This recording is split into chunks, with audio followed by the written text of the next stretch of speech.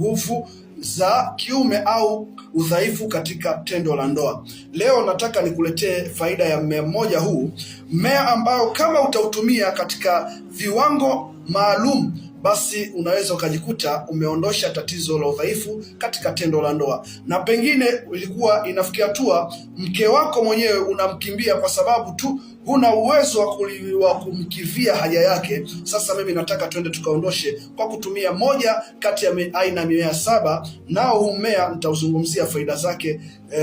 Mmea huu ni Jarjir.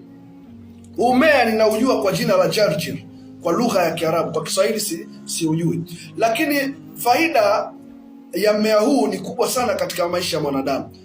Sasa wewe, kinachotakiwa, pengine una udhaifu katika tendo la ndoa, au pengine mume wako una tabia za kusinyaa, au mume wako una tabia za kuregea, nenda kaondoshe kwa kutumia mmea huu wa Jarjir.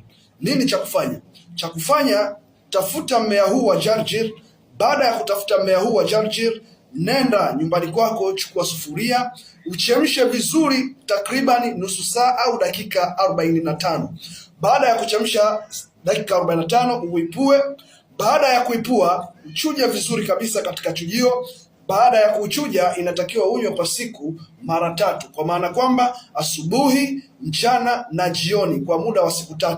Utajikuta ndoa yako inarejea kuwa na furaha. Acha kumkimbia mkeo. Na katika bidhaa zetu zingine, pengine ukasema siwezi mimi mwenyewe kujifanyia, unaweza ukaja ukampata mkombozi wa Al-Ihsasi. Hii